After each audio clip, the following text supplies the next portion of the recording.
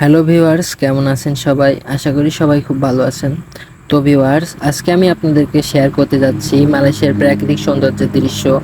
দেখতে পাচ্ছেন উপর দিয়ে পাহাড় দেখা যাচ্ছে, আর এই যে গাড়িগুলো দেখতে পাচ্ছেন এই সাইডে, এপাশে ফুল বাগান আছে। আসলে মালয়েশিয়াতে যারা থাকে তারা অবশ্যই জানবে যে মালয়েশিয়ার সৌন্দর্য আসলে মনোমুগ্ধকর।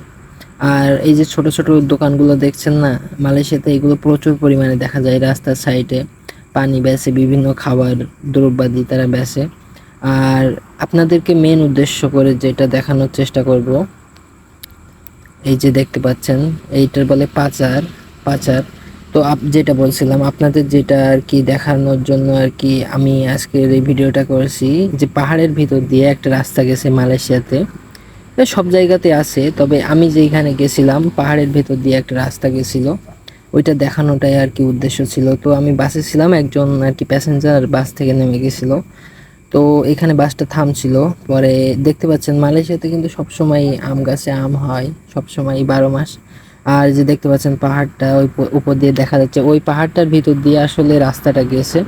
আপনারা একটু অপেক্ষা করলে অবশ্যই দেখতে পাবেন। আর যে দেখতে পাচ্ছেন ভিতর দিয়ে ছোট ছোট রাস্তাগুলো গেছে, আর একটু পরে আর কি পাহাড়টার ভিতর দিয়ে যে রাস্তাটা গেছে ওইটা আর কি দেখা যাবে। আর বাসের ভিতরে সবাই আর কি ঘুমাই পড়ছে, অনেকটা জার্নি করেছি তো। আর বাসটা অনেক পুরাতন। যাই হোক, তো দেখতে পাচ্ছেন আমরা অলরেডি রাস্তায় উঠে গেছি। তো এই যে ব্যাগটা আছে, ব্যাগটা পার হলেই আর কি সেই পাহাড়টা, ওই যে দেখতে পাচ্ছেন দূর থেকে দেখানোর চেষ্টা করছি। আর এই যে পাহাড়টা আছে, এই পাহাড়টা কেটে আর কি রাস্তাটা করেছে।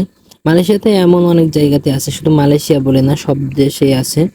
এই যে দেখতে পাচ্ছেন পাহাড়ের ভিতর দিয়ে, এই যে উপরে পাহাড়, উপরে এটা আর কি ছোট করেছে যেন মানুষের সুবিধার্থে, যেন কোনো ক্ষতি না হয়। এই যে দেখেন, এইখানে পাহাড়টা কাটার পরে ভিতর দিয়ে রাস্তা করছে। এইখানে প্রচুর পরিমাণে জ্যাম লাগে। মালয়েশিয়াতে জ্যাম পড়লেও ট্রাফিক সিগন্যালের কারণে আর কি মানুষ সঠিকভাবে যাতায়াত করে।